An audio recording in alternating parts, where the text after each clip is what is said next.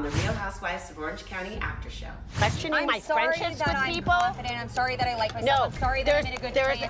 It's like you're defeated before you even sit down because she's not willing to hear your side of anything. She gets so riled up, she always walks away.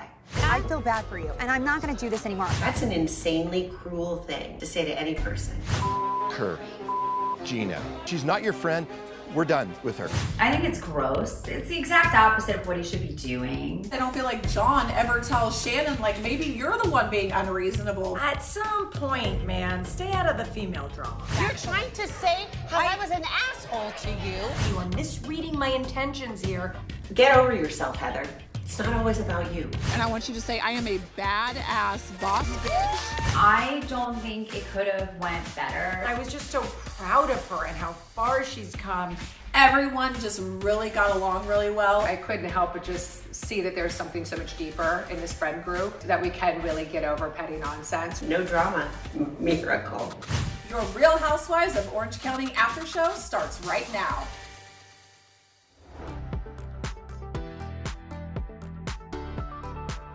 During Jen's brain scan party, you come face to face with Gina to address the jealousy rumors. There's some things I've been hearing, and I want to clear it up. Okay. First of all, I went up to her to try and initiate a conversation because that's what I do. I try and resolve things.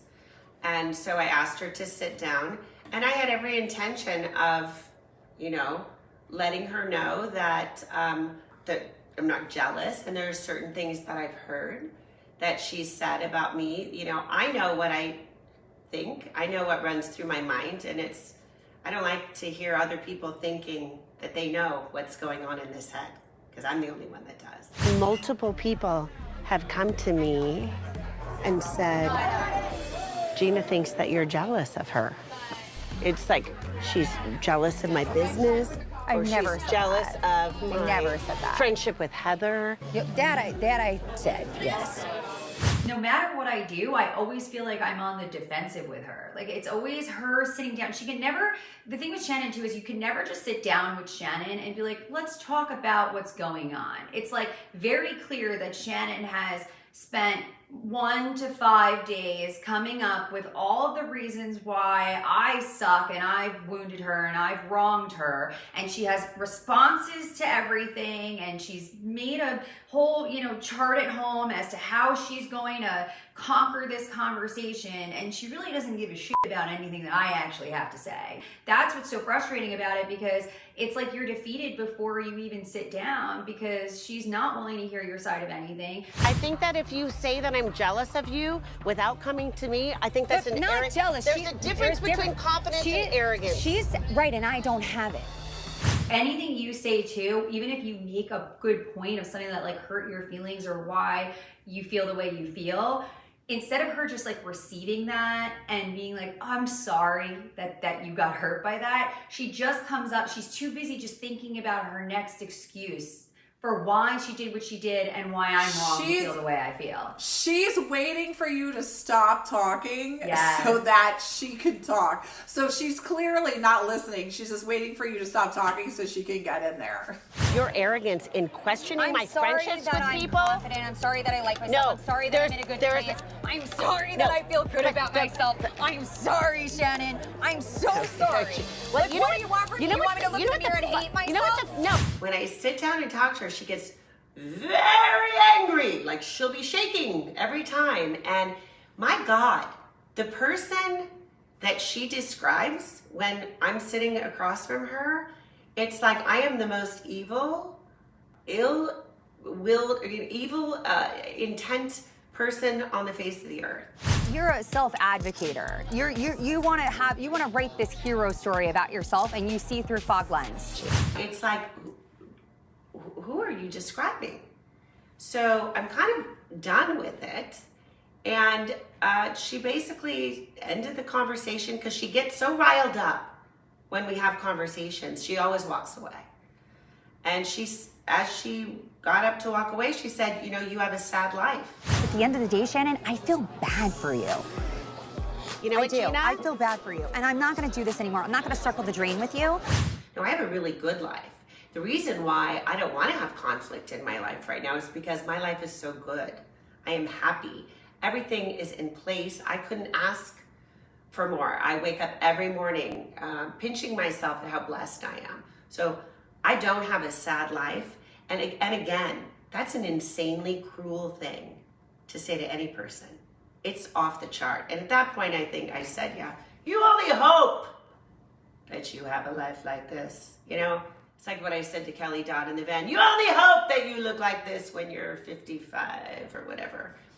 You should only hope that with no physical altercations, you look like me when you're 52. Don't you f***ing cut down my physical don't attack me.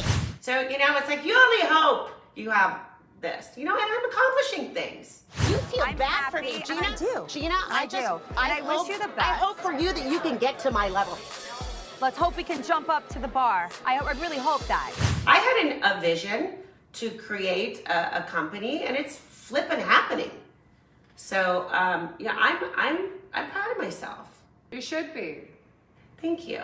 And it's just a freaking rude comment. So, you know, yeah, I said, you're an asshole. I'm done, Shannon. Gina, I'm done. I'm put walking a away from pin you. in your I will. I'll pin it ego. up. I'm gonna You're pin it a up. Asshole. I wore lead shoes here just to make sure I stayed Unbelievable. on the I was mad, you know. But God, when Shannon Beador reacts and says something, I'm held to such a different standard than other people. People can say, f you, f you, f you. But if I say f you one time, I gotta answer to people. And that's fine. That's fine. So anyways, yeah, not a kind thing to do, to say to me. I had every intent of walking out of that conversation saying, okay, we're good. Let's start over. Let's whatever.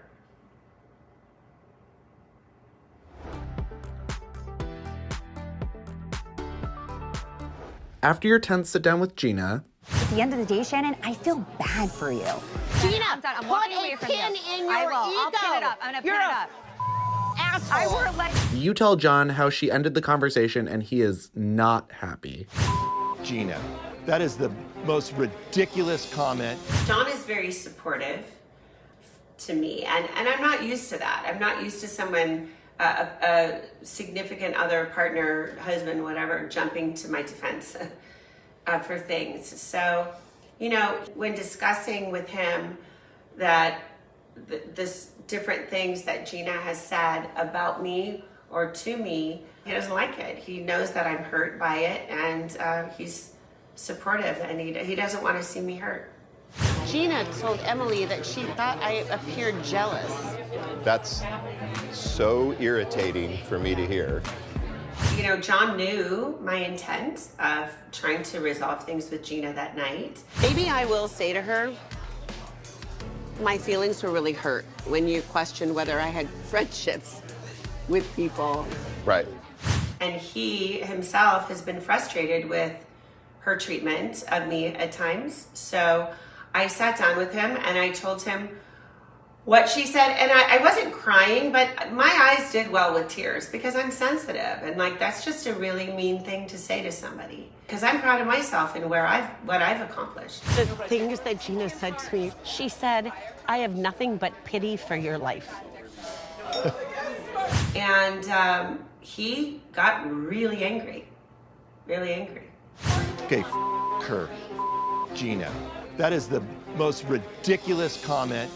Her. She's not your friend. We're done with her. Who the does she think she Okay, is? sweetie, okay, calm down. It's all good. Ridiculous. So now the issue pulled out of the sky of Shannon is jealous of Gina is now big topic. And this it's is weeks. just It's been very, weeks. very frustrating. It's very frustrating. It's exhausting too, because it's just like it's such a stupid is. time. It's like, Yeah. what are we saying? It's like- Adult women it's- are jealous It's of not each even. It's not even high school. It's like middle school stuff.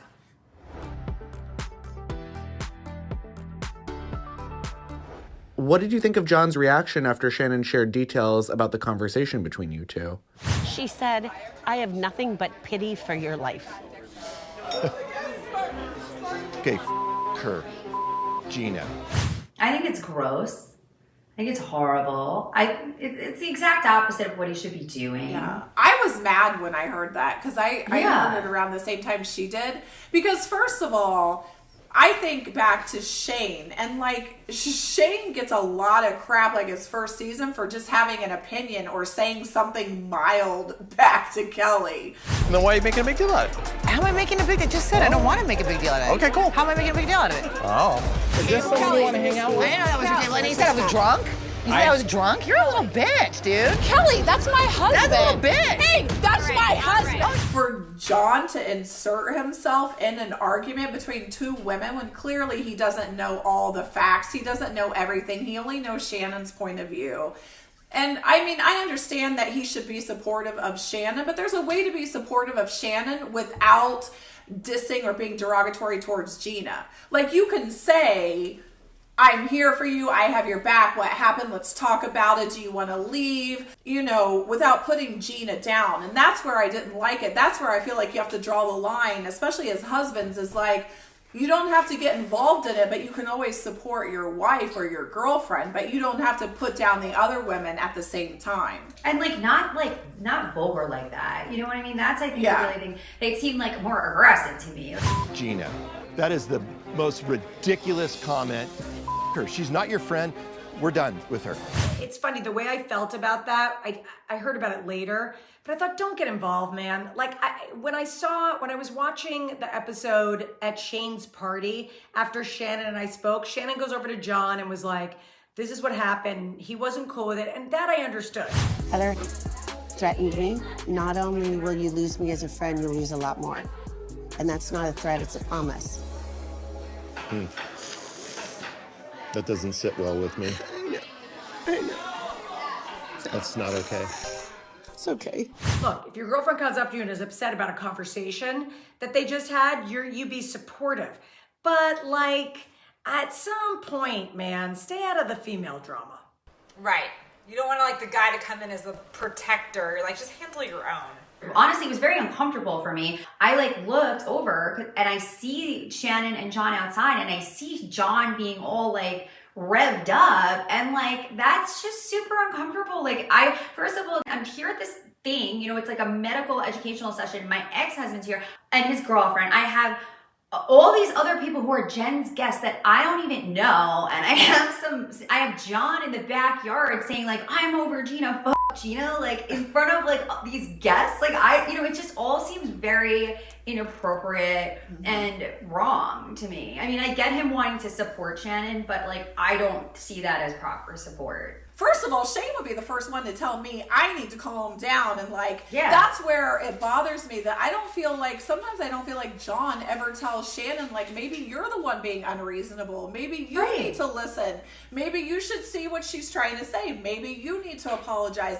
And that's where I feel like Travis, because I've heard Travis check Gina. Like, I've heard it. Oh, yeah, and, he checks. He does. And Shane does the same for me. I don't get away with behavior that's out of line, because he will tell me, you're out of line, you're acting ridiculous, you need to you need to go sit down. Take a time out.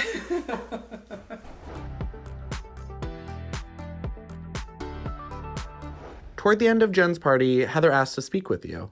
I just want to leave at this point. And then Heather says, I need to talk to you. And she sits me down. I saw that. What happened? And she says, well, you know, you did call me pretentious years ago. You understand how hurtful it is when people put labels on you that are inaccurate. And Gina has done that multiple times with me, and I'm hurt by it. Well, I mean, honestly, you've done that to me too in the past. You called me pretentious, you called me all that stuff. And I looked at her going, okay, wait a minute. I've just had an issue with Gina, and now she wants to make some issue with me and make it about her? Wow. I was like, wait, are you talking about like from years ago? And she's like, yeah. And I just said, I gotta go. You've said a lot about me too. I wasn't going there. But you are going there. What I remember about that conversation is that we were talking And at one point she got up and Shannon said, "You can't do this, Heather. I'm not doing this. I'm leaving." And I went, "I'm not doing anything. Sit down. We're having a conversation. I'm not doing anything. You are misreading my intentions here. Let's just talk about it." And we actually talked about it. You're trying to say how I was an asshole to you in the past. Wasn't. You're the one that just said labels. I was saying, I get it. Labels are bad. I'm at a point right now where I've been blindsided, so I just want to go home. And ended up getting through it, hugging each other, and she left. You need to sleep. I was very proud of the fact that we could sit down like adults, have the conversation, and move on from it instead of letting it fester and annoy each other, whatever. I thought it was good. Get over yourself, Heather. It's not always about you. I'm reeling right now because someone just said they feel sorry for my life and has escalated things. And now there is this concept in the universe that I'm jealous, which is the furthest thing from the truth. I mean, it's like, I've got so much stuff going on in my head right now. I'm sorry, Heather, that you aren't at the top of my priority list. It's kind of outrageous, isn't it? A little bit?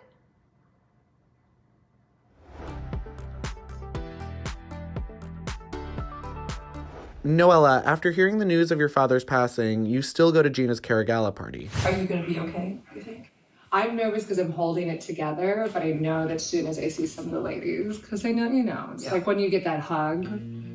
It's so crazy on how when really something devastating in my life happens, it tends to kind of bring the group together a little bit. Like with the first time with the divorce, it kind of brought Gina and Shannon closer, our night over at Harvey's in Laguna. Gina and I are here for you. We are. This is a lot more helpful than you girls know. It really is. Now with the news of my father, it just timed out that that's when you guys were not on a good path together, or that there was some discord there. I think that if you say that I'm jealous of you without coming to me, I think that's an not jealous. There's a difference between confidence and arrogance. She's right, and I don't have it. Gina, and if you think I do, then that's your problem. So just hearing everyone really dropping the nonsense and reaching out and really sending love and support, I couldn't help but just see that there's something so much deeper in this friend group, and that we can really get over petty nonsense for these big moments. I just heard about your dad. I'm so sorry. So sad. Yeah. Here for the hug. Coming in for the hug. Thank you. I felt terrible. Terrible for her. It's like one more thing piled on top. Yeah, exactly. I sent her flowers. I mean, I was empathetic too because I was very close to my father, and just any thought of that for somebody else makes me feel for them. I'm so sorry. The flowers. That was amazing. We haven't known Noella for that long, but what we do know is that although she really didn't have a relationship with her father, she brought her dad up a lot. Like when I think the first time I met her, she went out of her way to say like, "Oh yeah, I have daddy issues." And then when I would go over her house to check on her and stuff throughout, this past year, and she would talk about her dad, the dynamic there. So clearly, like, there was a lot of emotions wrapped up between her and her father, even though she didn't have a relationship with her father. Beautiful night. Thank you for coming in spite of everything you're going through, really. Thank you so much for having me. No, of course.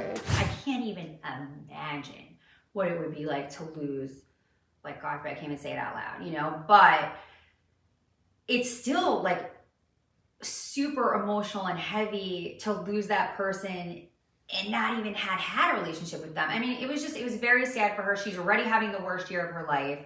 Now her dad passes away. We just felt awful for her. I mean, it sucks.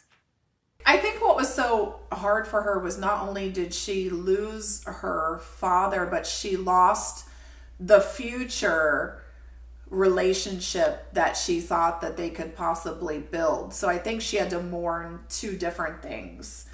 That was a heavy loss for her. And of course, the husband. It's just like any male figure in her life that was there was just gone all at the same time.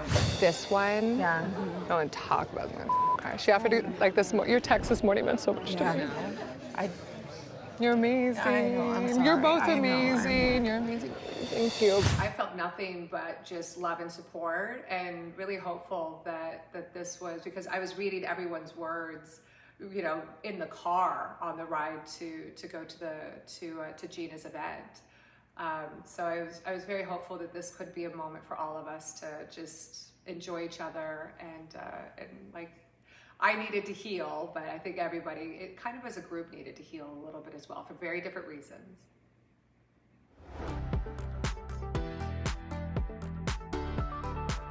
Gina, how did your Cara Gala launch party go? I don't think it could have went better.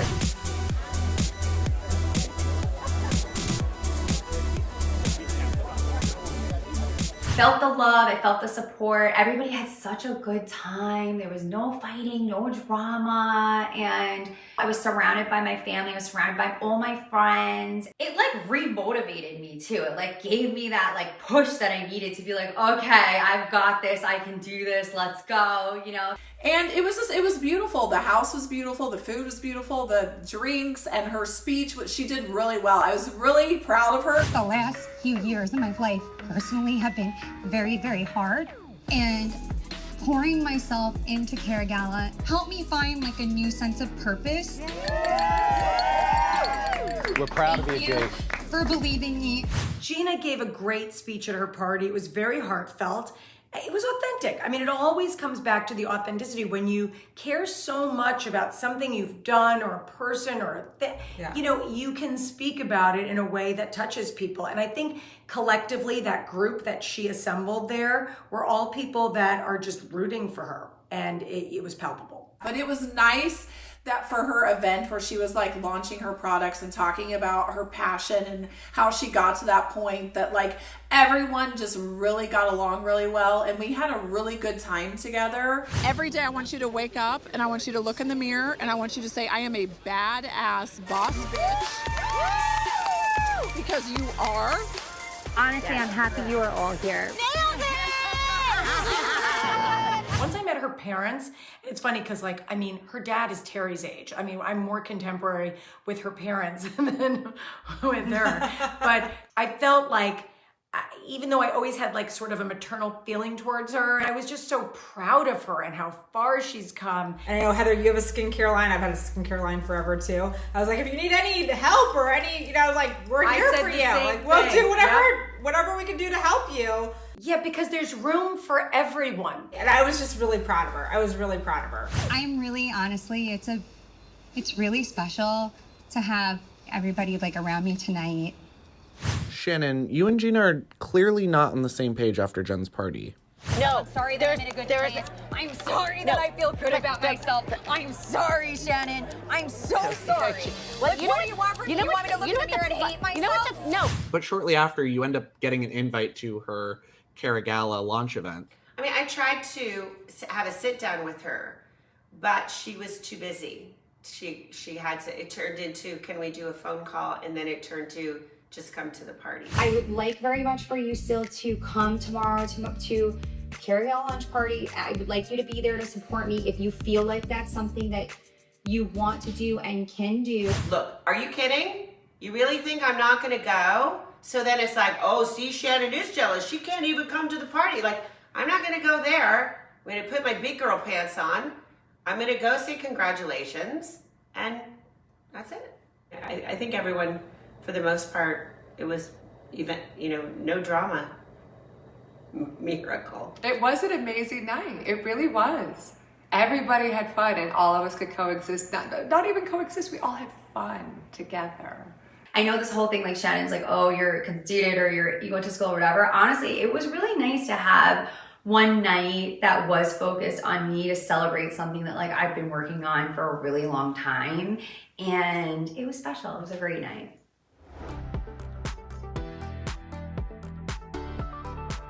This year, Noella, was a very tough year for you, unfortunately.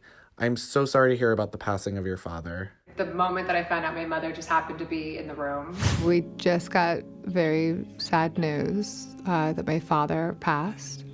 We know that he passed in his home, that he loved very much in Hawaii, that he was alone. That was really devastating. Like, my mother and I are so extraordinarily close, and to see her have, you know, this was somebody that she loved once upon a time.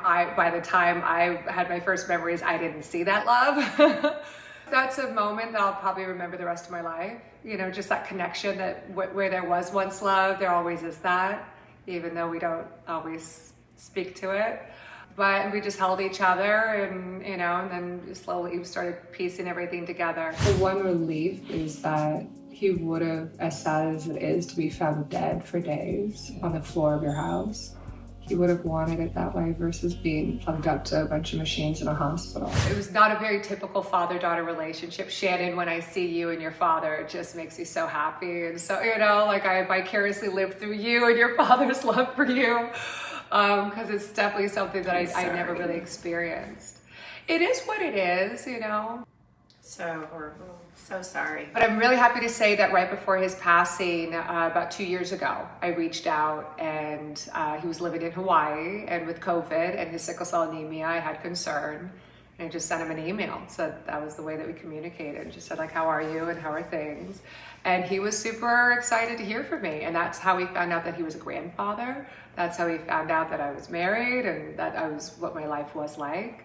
And we'd send back and forth pictures. And after his passing, I spoke to his mutual friends, and they just said he printed out everything that you sent him picture-wise and had it all around the house. And, you know, is so in love with your kids. And sadly, he never got to, specifically because of COVID and the quarantine in Hawaii, which just was never the time to bring my young kids out there to meet him. It's just sad that he never got to meet his grandkids. That's the hardest part of all of it. It's a big regret, but we did get those last 2 years of really deep and meaningful conversations that I'll always remember.